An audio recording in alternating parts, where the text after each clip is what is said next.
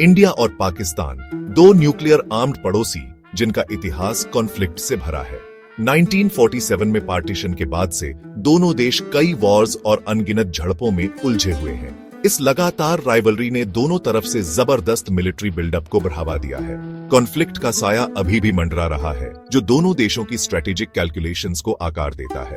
Partition के जख्म गहरे हैं और कश्मीर का अनरिजॉल्व्ड इश्यू एक मेजर फ्लैश पॉइंट बना हुआ है। लाइन ऑफ कंट्रोल, एक वॉलेटाइल बॉर्डर, नाजुक पीस की कांस्टेंट रिमाइंडर के रूप में खड़ी है।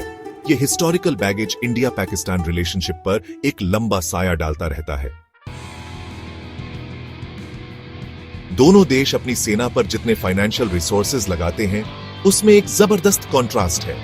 2024 में इंडिया का डिफेंस बजट $86.1 बिलियन था, जो पाकिस्तान के $10.2 बिलियन के एलोकेशन से बहुत ज्यादा था। स्पेंडिंग का ये डिस्पैरिटी मिलिट्री कैपेबिलिटीज में एक टेंजिबल डिफरेंस पैदा करता है। इंडिया की मजबूत इकोनॉमी उसे अपनी आर्म्ड फोर्सेस को मॉडर्नाइज करने में हेविली इन्वेस्ट करने की परमिशन देती है। एडवांस्ड फाइटर जेट्स खरीदने से लेकर state of the art warships बनाने तक इंडिया का मिलिट्री मॉडर्नाइजेशन प्रोग्राम तेजी से ग्लोबल पावर्स के साथ टेक्नोलॉजिकल गैप को कम कर रहा है। इकोनॉमिक चैलेंजेस से जूझ रहा पाकिस्तान पेस बनाए रखने के लिए स्ट्रगल कर रहा है। मिलिट्री पर्सनल के मामले में इंडिया के पास काफी ज्यादा न्यूमेरिकल एडवांटेज है। 1.4 मिलियन की एक्टिव मिलिट्री फोर्स के साथ इंडिया पाकिस्तान के 650,000 ट्रूप से काफी आगे है। यह man power disparity reserve forces में भी दिखाई देती है। यह न्यूमेरिकल सुपीरियरिटी मिलिट्री हार्डवेयर की क्वांटिटी और सोफिस्टिकेशन में भी दिखाई देती है। इंडिया के पास 2 एयरक्राफ्ट कैरियर्स वाली एक ब्लू वाटर नेवी है, जो पाकिस्तान की नेवी से बिल्कुल अलग है। इंडिया की एयरफोर्स के पास एडवांस्ड फाइटर जेट्स का एक बड़ा फ्लीट है, जो उसे क्वालिटेटिव और क्वांटिटेटिव एज देता है।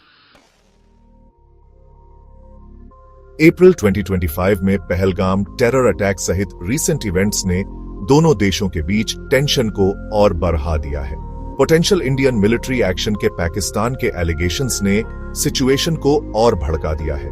यह वॉलेटाइल एनवायरनमेंट, रिस्पॉन्सिबल डायलॉग और डी एस्केलेशन मेजर्स की इंपॉर्टेंस को दर्शाता है।